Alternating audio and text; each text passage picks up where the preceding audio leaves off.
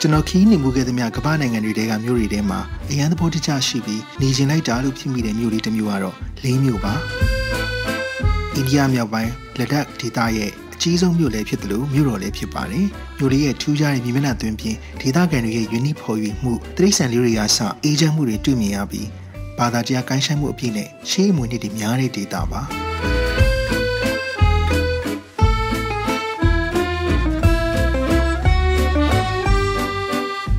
အစားအသောက်လည်းကောင်းပြီးတဲစရာနေရာကောင်းတွေလည်းရှိပါလေဒါပေမဲ့ပေါ့ဒီတောင်မြင့်ရဲ့ဒဏ်ခံနိုင်ဖို့အတွက်တောက်ရတဲ့စီ80လောက်ဖြစ်သွားတယ်ဆိုလို့ရှိရင်ဒီကနေရာထိုင်တော့အခက်အခုကျွန်တော်ဒါရင်းနေခုမှရအောင်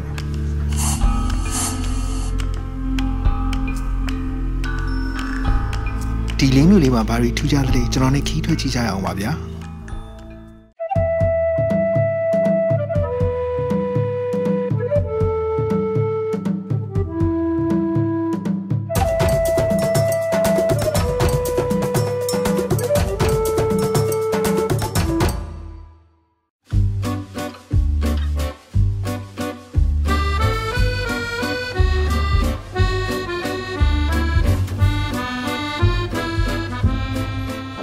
လေးရောက်ပြီဟုတ်ကဲ့ဒီနေ့ကရောကျွန်တော်ကလေးကိုရောက်လာပြီပေါ့နော်ဆိုတော့လေးကကြတော့တော်တော်လေးဒီဒေလီကနေဆိုလို့ရှိရင်တော့တနားရီကြော်လောက် flight စီးလာရတယ်ဆိုတော့သူ့ရဲ့တောင်တန်းတွေအကြောင်းရောဒီအရန်မြင့်တာရောအကြောင်းနည်းနည်းတော့လာရတာခက်ခဲတယ်ပေါ့နော်ဆိုတော့လေရင်စီးရလဲစက်ဖို့ကောက်တယ်ဆိုတော့ဒါကတော့လေးရဲ့လေစိတ်ပါသူကကြတော့တခုနည်းနည်းလေးကျန်းတာဆိုတော့သူကကက်ရှမီးယားလောက်တော့immigration မဖြစ်ဘူးဒါပေမဲ့သူလည်းဒီလိုအပ်တဲ့ report ပေးဖို့အတွက်လိုတယ်ပေါ့နော် foreigner အနေနဲ့ဆိုလို့ရှိရင်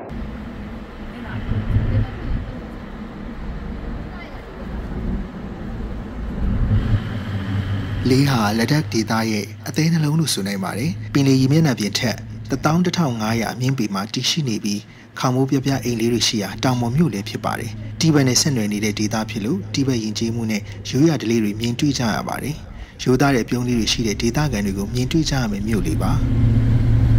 ကက်ရှမီးယားဒေသကိုလည်းကားလမ်းနဲ့ကူးလူးသွားလာနိုင်မယ့်မြို့လေးဖြစ်ပါတယ်မြို့ရင်းလမ်းလေးတွေဟာချင်းမြောင်းပြီးတောင်တက်တောင်ဆင်းနေမှုတမျိုးလှပူနေပြန်ပါတယ်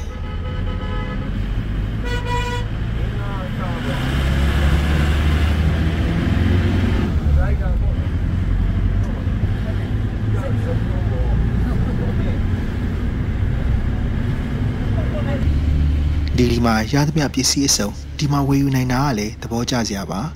မြို့လေးရဲ့အေဂျင့်လှပမှုကရောက်လာတဲ့ခီးသွားတိုင်းကိုကူးဆက်ပျော်ရွှင်စေပါတယ်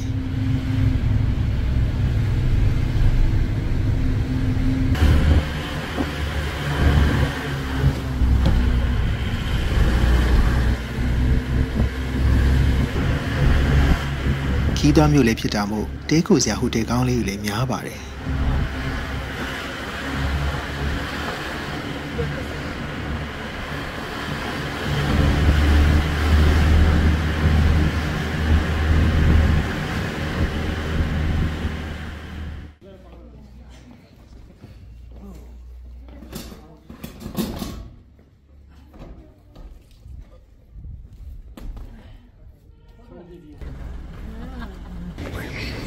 welcome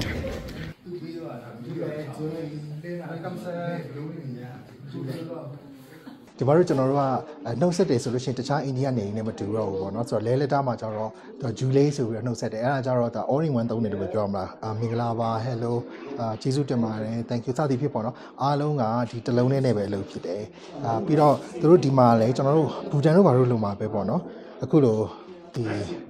မင်္ဂလာရှိတဲ့အဆောင်လေးပေးတယ်ဆိုတော့သူတို့ကဒီလိုပေးတဲ့အတွက်သူတို့ရှိကိုလည်းကောင်းကြီးမင်္ဂလာတွေပြန်ပြီးတော့လာတယ်လို့ယူဆတယ်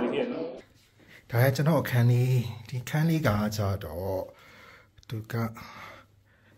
ကလေးရင်းနေရနောက်ကောင်းတာလေးကတော့အလုပ်စပွဲလေးပါလာမိုက်တယ်ကွာပြီးရင်ရှေ့မှာ runner လေးနဲ့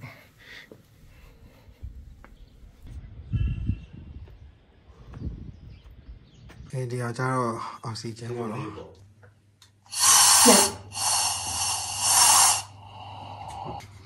တော့80လောက်ဖြစ်သွားတယ်ဆိုလို့ရှိရင်တော့နေရထိုင်တော့အခက်အခုကျွန်တော်ဒါရင်းနည်းနည်းကူမရတော့မှာ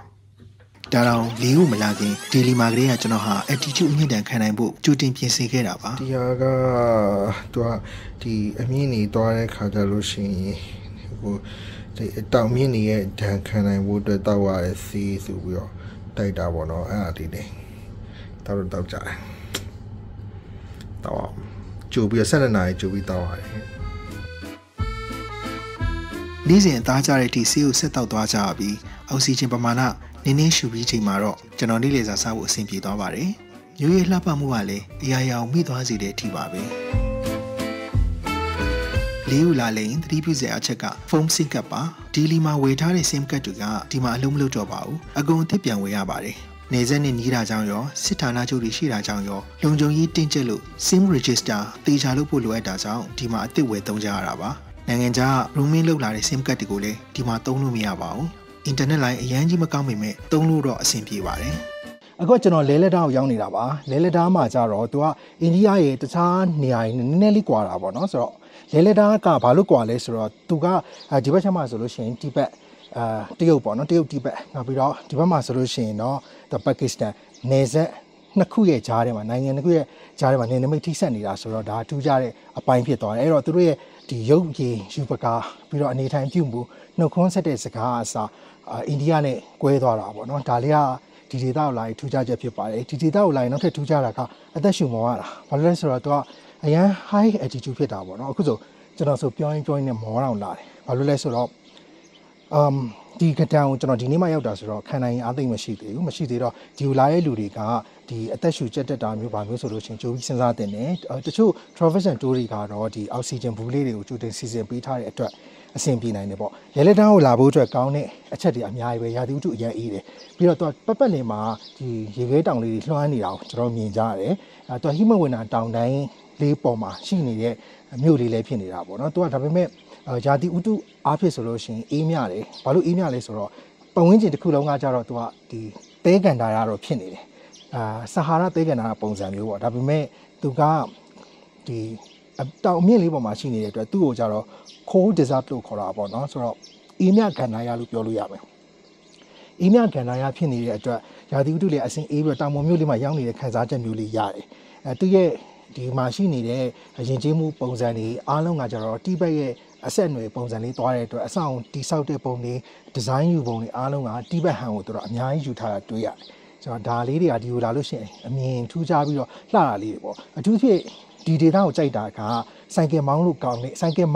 အတွက်ဒီဆိုင်ကယ်မောင်းတဲ့ biker တွေပေါ့နော်တကယ်ဒီဆိုင်ကယ်ကိုယူတွတ်စီးတတ်တဲ့လူတွေအတွက်ဆိုလို့ရှိရင်ဒီဒေတာအရန်ကိုမိုက်တာဆိုတော့လမ်းတွေအရန်လှတယ်ရှူခင်းတွေကလှတယ်တချို့ biker တွေကဒီအိန္ဒိယမှာရှိတခြားနယ်တွေပေါ့နော်မနာလီလိုဟာမျိုးတွေကအစစင်မနာလီအဲ့ဘက်တွေမှာသူတို့ကသွားပြီးတော့ဆိုင်ကယ်စီးကြတာမျိုးပါမျိုးရှိတယ်ဒါပေမဲ့ဒီဘက်ကကျတော့နောက်ထပ်အရသာတစ်မျိုးခံစားရတာအဲ့ဒါလေးကတော်တော်မိုက်တာပေါ့နော်ဘယ်လိုခေါ်မလဲနှင်းတောင်ကြီးတွေရှိတယ်လမ်းကြီးတွေကတော်တော်ကောင်းတယ်ဆိုတော့ဒီပေါ်ကြီးမှာဆိုင်ကယ်စီးရတဲ့အရသာကိုခံစားရတာကဒီ biker တွေကိုဆွဲဆောင်မှုဖြစ်စေတယ်လို့ကျွန်တော်တို့ယုံကြည်တယ်ထူးခြားတဲ့အိန္ဒိယမြောက်ပိုင်းမှာရှိတဲ့နိုင်ငံနှစ်ခုနဲ့နောက်ထပ်နယ်နိမိတ်ချင်းထိစပ်နေတဲ့လေးလက်တာကလာကိုလာတဲ့တဲ့မှာပါတယ်လို့ကျွန်တော်ကပြောချင်ပါတယ်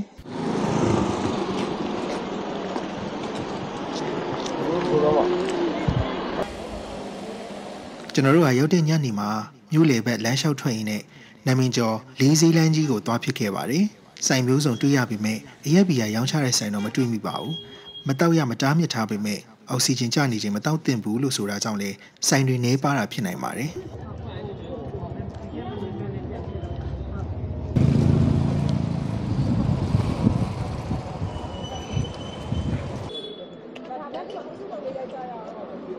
လေးလို့ခေါ်တာပေါ့နော်သူတို့ကတခါလေးလဲလို့တန်ထွက်တယ်လေးလို့တန်ထွက်တယ်ပေါ့ကျွန်တော်ကတော့ဒီမျိုးလေးကနည်းနည်းရောက်ခါစားမှာနည်းနည်းမောတာလွယ်အောက်ဆီဂျင်နည်းနည်းလေးကျကျင်သလိုဖြစ်တာလွယ်အရင်သဘောကျတယ်ဒါဆိုလို့ရှိရင်သူနာမည်အကြီးဆုံးဒီ walking street လို့ပြောလို့ရတဲ့နေရာမျိုးပေါ့နော်သူဈေးတန်းလေးရှိနေတာ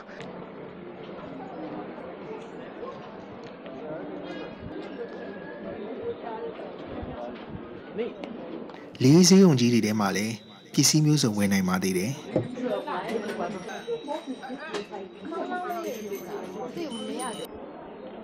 ဈေးလမ်းတစ်လျှောက်လုံးကအတော်လေးစီကားပြီးအဝတ်ထည်ဆိုင်အမတ်တရပစ္စည်းဆိုင်လက်ဝတ်ရတနာဆိုင်စားတောက်ဆိုင်တွေနဲ့ပြည့်နေပါတယ်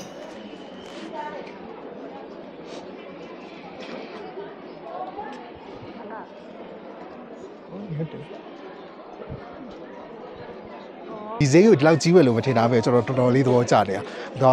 ဝင်းကြည့်ကြည့်လိုက်ရဆိုလို့ရှိရင်လည်းရိုးရအငွေသက်တွေလည်းမပြောင်းနေဘူးပြီးတော့ဒီဈေးဝယ်ဖို့လည်းစိတ်ဝင်စားစရာကောင်းတဲ့ဆိုင်လေးရှိတယ်။သူတို့လူမျိုးတွေက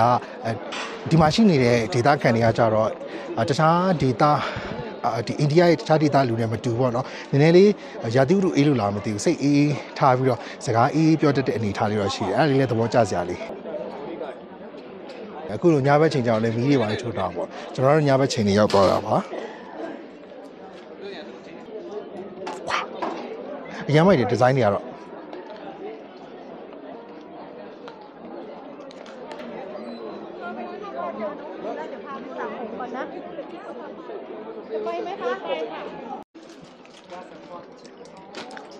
တော့ဒီအစိမ့်ဆန်လေးလည်းဝယ်လို့ရဒီမှာတော့ယိုလေးလည်းရှိရကွာဒီမှာတော့1 kg 1 kg ကို800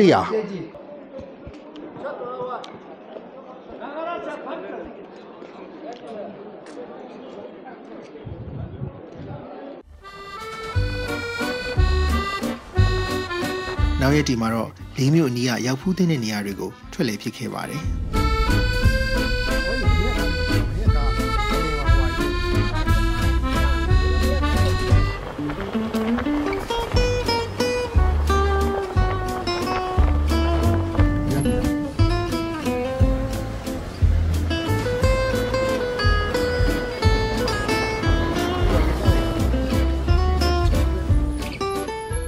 အခုတော့ကျွန်တော်တို့ taxi ဖျားအကြောင်းရောက်နေပြီဒီကပထမဆုံးကျွန်တော်အောက်ခြေကနေမြင်ရတယ်ပေါ့ဗျပြီးမှအပေါ်တက်ကြပါဆိုတော့ခန်းနားမှုအောက်ကနေလှမ်းမြင်ရတော်တော်လေးမိုက်ပါတယ်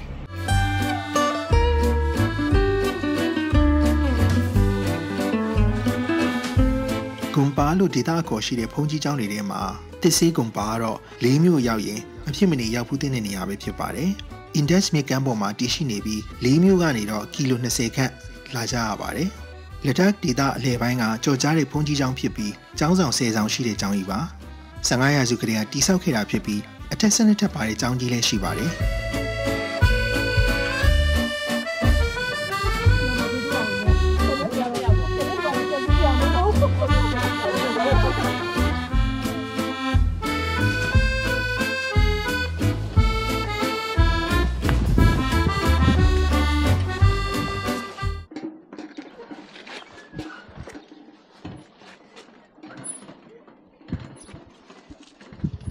နိုင်ငံသားတွေအတွက်ဝင်ကြီးရှိပါတယ်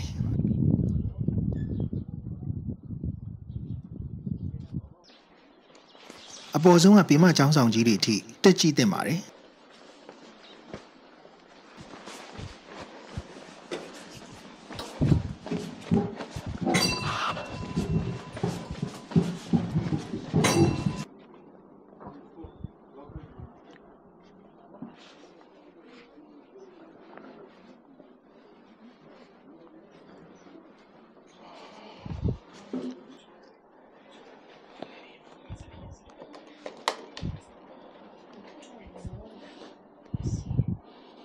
ကျွန်တော် taxi ကိုတက်တဲ့ခါကြလို့ရှိရင်စကားတက်နိုင်များတူတူညင်သာပြောမယ်ပေါ့နော်ဆိုတော့ဒီဟာတော့ဗုဒ္ဓ temple လို့ဖြစ်နေတဲ့အတွက်ဆိုတော့လန်တော့မှာနားစရာရေးသားဖို့တော့ဘာလို့ဆိုလို့ရှိရင်လဲဒီမှာအေးဆိုင်လေးတွေနော် ice cream တွေရောင်းနေအဲ့လိုမျိုးလေးရှိတယ်ပြီးကျွန်တော်ဆက်တက်ကြပါရှိပါရှုခင်းရရန်လာ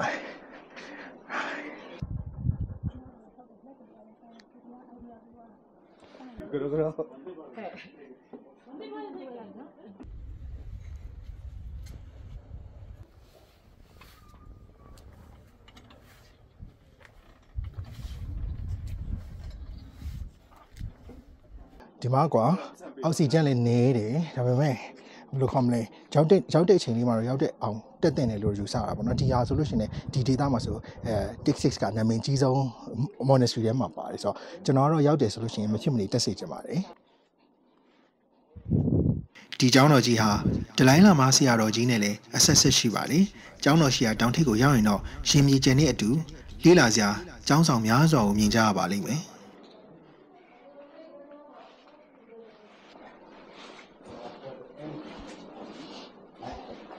ဒါလည်းတော့ library ဆိုတော့မနေ့တိုင်းမှာဒီမှာဆိုလို့ရှိရင်ဖုန်းတော်ကြီးတွေက assembly လုပ်တယ်ပေါ့နော် assembly ဆိုတော့ဒီနေရာမှာ assembly လုပ်တာဒီဟောမှာဆိုတော့စိတ်ဝင်စားဖို့အရင်ကောင်းပါတယ်ဒီသမိုင်းကနေ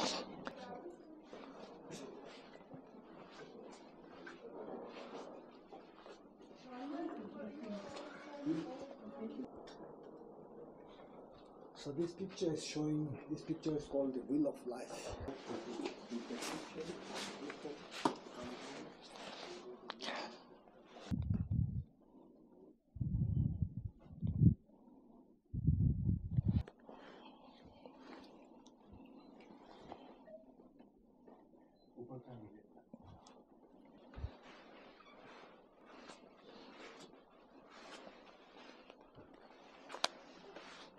I want to see how the line my YouTube to you.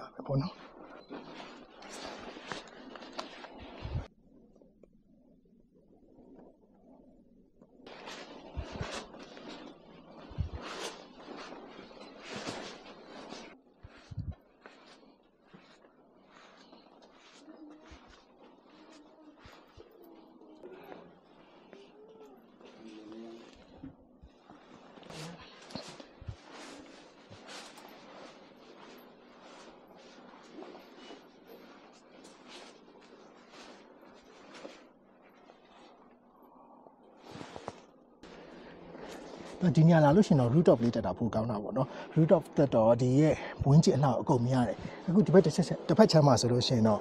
တော်ရိုးရိုးဟိုရေခဲတွေမရှိတဲ့ဟာလေးတွေ့ရတာပေါ့ဆိုတော့နောက်တစ်ဖက်ချမ်းမှာဆိုလို့ရှင်တော့ရေခဲတောင်တွေ့ရပဲအဲ့လေပြပဲနော်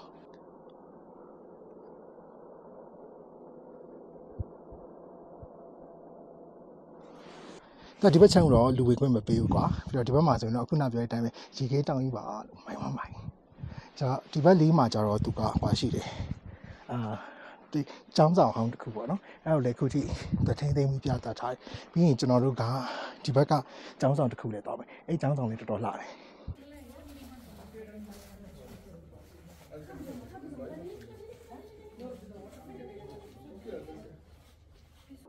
ထင်ရှားတဲ့အရိမတိယဗုဒ္ဓဆင်းနုတော်ကြီးကိုတော့ဒီကျောင်းဆောင်ထဲမှာဖူးမြင်ကြရမှာဖြစ်ပါတယ်။ကျောင်းကြီးကနှစ်ထပ်ဖြစ်ပြီးဆင်းနုတော်ကြီးကိုအပေါ်ပိုင်းအောက်ပိုင်းခွဲခြားဖူးမြင်နိုင်ပါတယ်။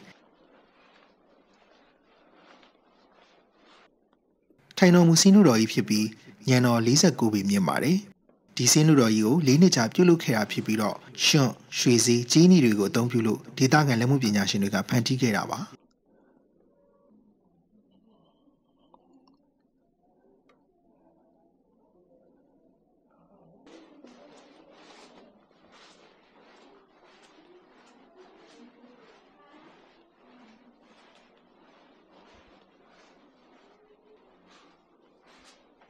ဒီသစ်ဆေးကွန်ပါကြီးတစ်ခုလုံးဟာစိတ်ဝင်စားစရာတွေနဲ့ပြည့်နေပါတယ်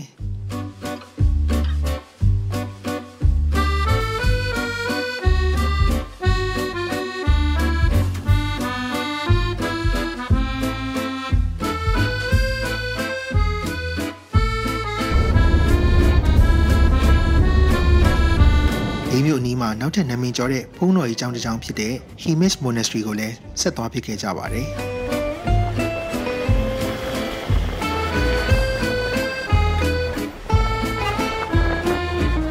လေးမြို့ကနေတော့45ကီလိုဂရမ်ကွာဝေးပါတယ်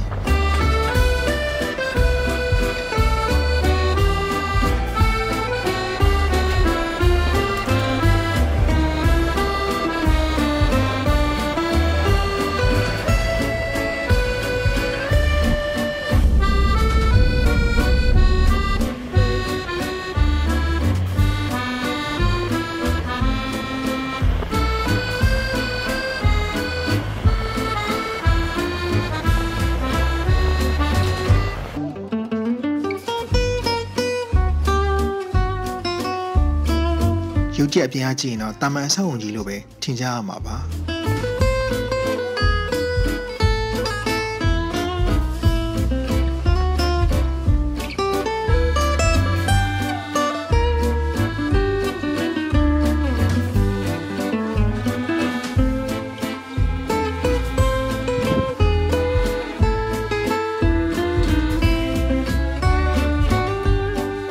Hemis Monastery ဟာလည်း Indus မြစ်နဘေးနားမှာတည်ရှိနေပြီး1682ခုနှစ်မှာပြန်လည်တည်ဆောက်ခဲ့တာပဲဖြစ်ပါတယ်။ Hemis ပွဲတော်အချိန်ဆိုလို့ရှိရင်တော့အတော်လေးစီကားပြီးနှစ်စဉ်ဇွန်လအစောပိုင်းမှာပွဲတော်ပြုလုပ်လို့ရှိပါတယ်။ကျွန်တော်ဒီနေရာကိုတော့ Hemis Monastery လို့ခေါ်တာပေါ့နော်။ဒီကောင်ကဒီလဲလဲတာဘက်မှာဆိုလို့ရှိရင်အကျွယ်ဝဆုံးနဲ့နောက်ပြီးတော့အကြီးဆုံး ဖုံးတော်ကြီးကြောင်းပဲဖြစ်ပါတယ်ဆိုတော့ပတ်လေးမှာခုမြင်ရတဲ့အတိုင်းပဲတော်တော်လေးကိုကြီးမားခမ်းနားတာကိုတွေ့ရတယ်အဲ့ဒီပြုံမှာဒီမှာ Himix Museum ဆိုပြီးတော့တည်တတ်ရှိသေးတယ်အဲ့ museum ထဲမှာဆိုလို့ရှိရင်ပြရတယ်ပေါ့နော်ပြရတဲ့ထဲမှာဆိုလဲကျွန်တော်လေးလာဆိုပြီးကြီးစရာကြီးအများကြီးရှိတယ်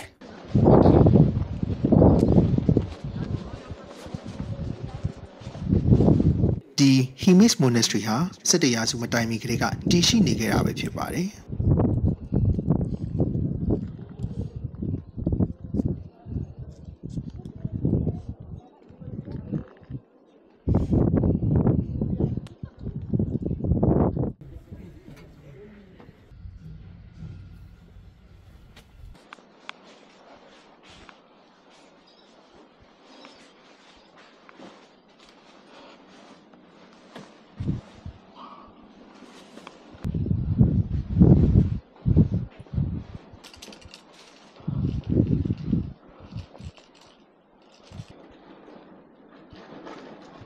အခုဒီမှာတော့တောင်ပေါ်ရာသီဥတုလို့ပဲပြောရမှာလားမသိခဏနေနှီးကြတယ်ခဏ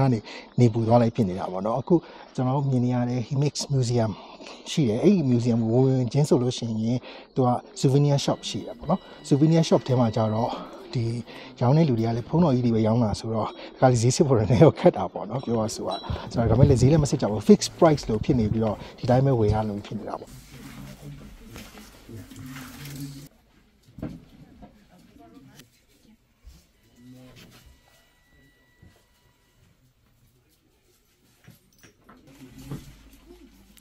ဆိုတော့ဒီထဲမှာဆိုလို့ရှိရင်ကျွန်တော်အရင်ဝင်ချင်းမှာ souvenir shop ဖြစ်တဲ့အတွက်ကျွန်တော်ရုပ်တက်ဆိုမျက်စိလဲသွားနေတယ်ပြလိုက်လည်းပြောသေးတယ်ဘာလို့အမတ်တရပစ္စည်းဆိုင်ဖြစ်နေတာလဲပေါ့တကယ်ကပြလိုက်ကဟိုအထက်ထိဝင်ရတယ်သူပြလိုက်အထဲမှာတော့သူကကင်မရာတို့ဖုန်းတို့အစသည်ဖြစ်ပေါ့ယူခွင့်မပေးဘူးမပေးဘဲနဲ့အပြင်မှာ locker လေးထားပြီးတော့ locker ထဲမှာတင်ထားတယ်တင်ထားပြီးမှဆင်းတော့ရပါတယ်ဆိုတော့အထဲကဒီပြလိုက်ထဲမှာဆိုလို့ရှိရင်တော့သူကဘာတွေရှိလဲဆိုရင်ဒီရှေးဟောင်းသူတို့ဒီတိဘက်ကနေနောက်ဒီဘက်လေးလက်ဓာဘက်ကကျူးဖော်ရရှိတဲ့ရှေးဟောင်းပစ္စည်းတွေပေါ့နော်တော်တော်များများရှိတယ်ဘယင်းတွေတုံးခဲ့အသုံးဆောင်ပစ္စည်းတွေရှိတယ်ဖျားနဲ့သက်ဆိုင်တဲ့ဘာသာရေးနဲ့သက်ဆိုင်တဲ့ပစ္စည်းတွေရှိတယ်ဆိုတော့ဒါတွေအားလုံးကိုရှာရှာပပပစ္စည်းတွေကိုလေ့လာနိုင်မှာဖြစ်ပါတယ်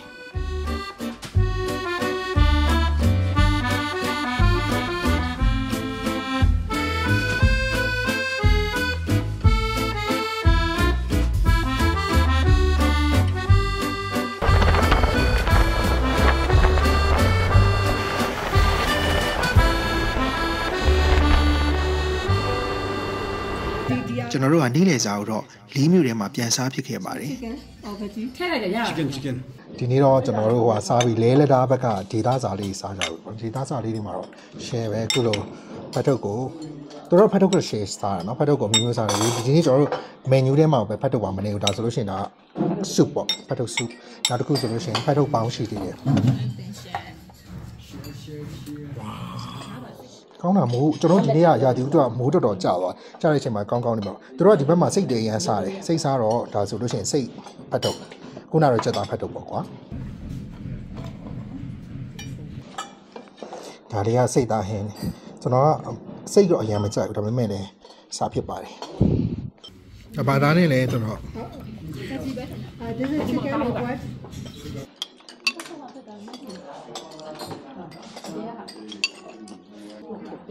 ဒီမှာချတာလေဒီမှာချတာဒီမှာတစ်ဖက်မရှိဘူးတော့တိတ်တာရလာကောင်းတယ်လုံးဝအနက်နဲ့မှညှိမနေဘူးကွာပလုတ်ပေါင်းနဲ့ပြောမိနေရောတော်ကောင်းတယ်တိတ်တာရလာရတော့အမဲနဲ့စားလို့ရလာလို့လေဒါစိတ်သားဖက်လို့ဒါဟိုဟာလေးမယိုနီးစ်လိုဟာမျိုးလေးအဲ့တော့မယိုနီးမဟုတ်ဘူးမက်စကတ်ဆိုဟာမျိုးလေးဂျင်းနဲ့လုပ်ထားတာ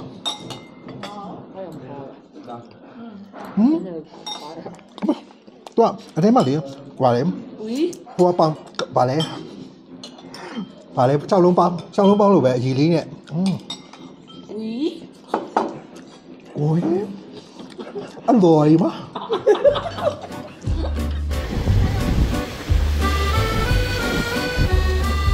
လေးမျိုးရဲ့အမြင့်တနေရာမှာရှိနေတဲ့လေးပေးလေးကိုလည်းမိုးမချုပ်ခင်တက်ကြည့်ခဲ့ကြပါသေးတယ်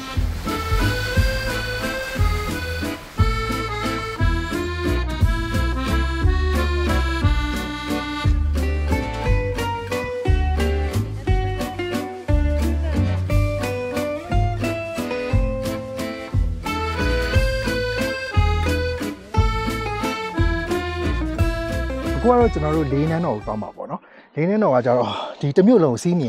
င်ကွင်းလေးလှတယ်ရာသီဥတုကတော့ဒီနေ့တော်တော်လေးမကောင်းဖြစ်နေတယ်မကောင်းတဲ့ကြားတွေရောက်လာတာပေါ့နော်ဆိုတော့ဒါဆိုလို့ရှိရင်ဒါတစ်မြို့လုံး၄မြို့တစ်မြို့လုံးမြင်နေရတယ်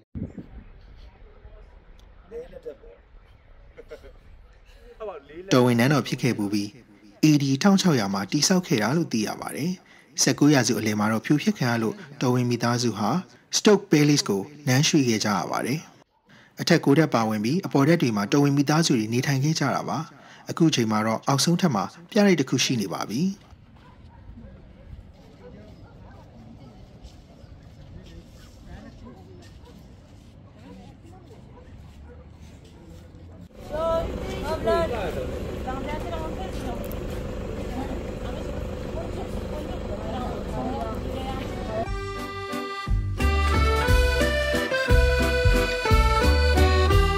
အဲဒီကနေတစ်ဖက်တောင်ပေါ်မှာရှိနေတဲ့ Shanty Stupa ကိုလည်းဆက်သွားခဲ့ကြပါသေးတယ်။နေသားခဲ့ရင်တော့အဲ့ဒီ Shanty Stupa ရှိတဲ့နေရာကနေနေဝင်ချင်းကြည့်လို့အရန်လာတယ်လို့ပြောကြပါတယ်။ဒီနေ့တော့နေမထွက်တော့ပါဘူး။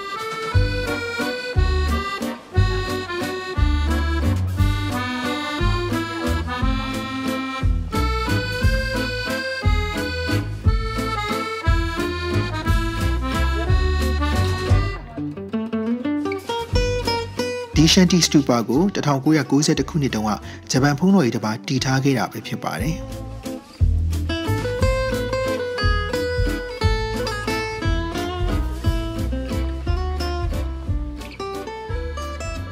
အခုဒီမှာဆိုလို့ရှိရင်လေးလက်သားဘက်မှာဆိုလို့ရှိရင်ဒီ Shanty Pagoda Stupa ပေါ့နော်ဆိုတော့ဒီဇေဒီကိုလည်းလာကြတာများတယ်။ Shanty ကြတော့သူဟိန္ဒူဘာသာနေပြီးတော့ဆင်းသက်ပြီးခေါ်တာငင်းချမ်းရေးလို့ခေါ်တာပေါ့ကျွန်တော်တို့ဒီလိုမျိုး peace pagoda တွေက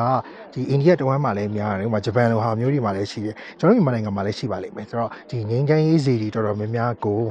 ဒီ tourist attraction နေရာမှာထည့်ပြီးတော့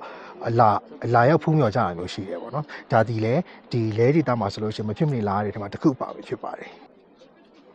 ရေးရေးပဲဟုတ်တယ်လှိုက်ပေါ့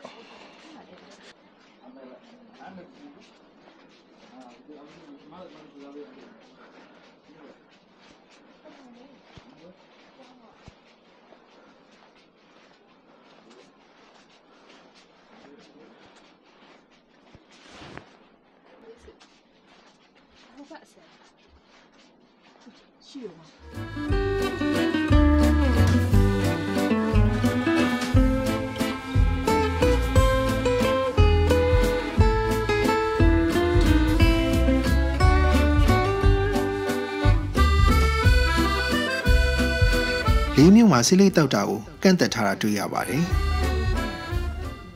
လေးမှာကဘာနဲ့ကအစားတောက်မျိုးမျိုးရွေးချယ်လို့ရနေတာကောင်းပါတယ်။ခုညတော့ကိုရီးယားအကင်လေးစားဖြစ်ပါတယ်ဗျာ။ကိုရီးယားအကင်စားပါခေါ်လာ။ကျွန်တော်ရဲ့လေးခီးစဉ်ကပျော်စရာကြီးပဲတော့မဟုတ်ပါဘူး။ထိတ်လန့်စရာတွေလည်းကြုံခဲ့ရပါတယ်။တိုင်းရကြောက်စရာကြီး။ဟုတ်ကဲ့လည်းပြီးတော့ခြားရပါဘူး။တဲ့ဆက်တိုင်းရောဒီနေ့ကကျွန်တော်ကဒီပါကစ္စတန်နဲ့အိန္ဒိယနဲ့ဖြစ်နေတဲ့ကိစ္စတွေပါဂျားထဲမှာရောက်နေတဲ့အချိန်လေးဆိုတော့သူတို့မျိုးတွေရောက်တဲ့အချိန်မှာလေ့ကျင့်နေတဲ့ဟာလေးတွေ့ရတာပေါ့နော်ဆိုတော့အသေးတော့ရကြပဲဒါပေမဲ့